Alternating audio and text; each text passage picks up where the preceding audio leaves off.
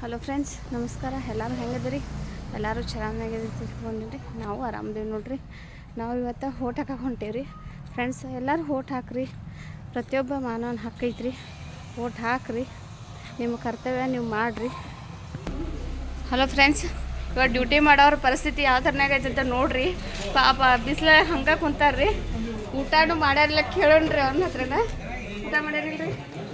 ಮಾಡ್ಯಾರ. ನೀವು ಮಾಡ್ಯಾರಿಲ್ರಿ? ಆರಾಮ ಅನ್ಸತ್ತಿದ್ರೆ ತ್ರಾಸ ಆಗೈತಂತ್ರಿ.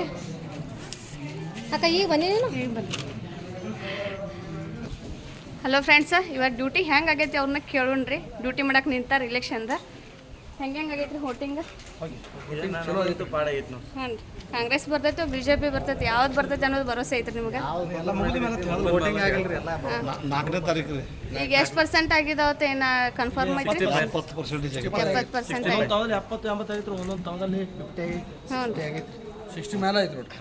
ಆಲ್ಮೋಸ್ಟ್ ಎಲ್ಲರೂ ಕರ್ಕೊಂಡು ಬಂದು ವೋಟ್ ಮಾಡಿಸ್ರಿ. ಯಾಕಂದ್ರೆ ಪ್ರತಿಯೊಬ್ಬರು ಹಕ್ಕು ಐತ್ರಿ, ಅದು ಮಾಡ್ಬೇಕನ್ನೋದು. ಅದನ್ನೆಲ್ಲರೂ ವೋಟ್ ಮಾಡಿಸ್ರಿ. ಓಕೆ ನಮ್ಮ ಪ್ರಯತ್ನ ಮಾಡಾಕಿದ್ರಿ. ಆಯ್ತು ರೀ.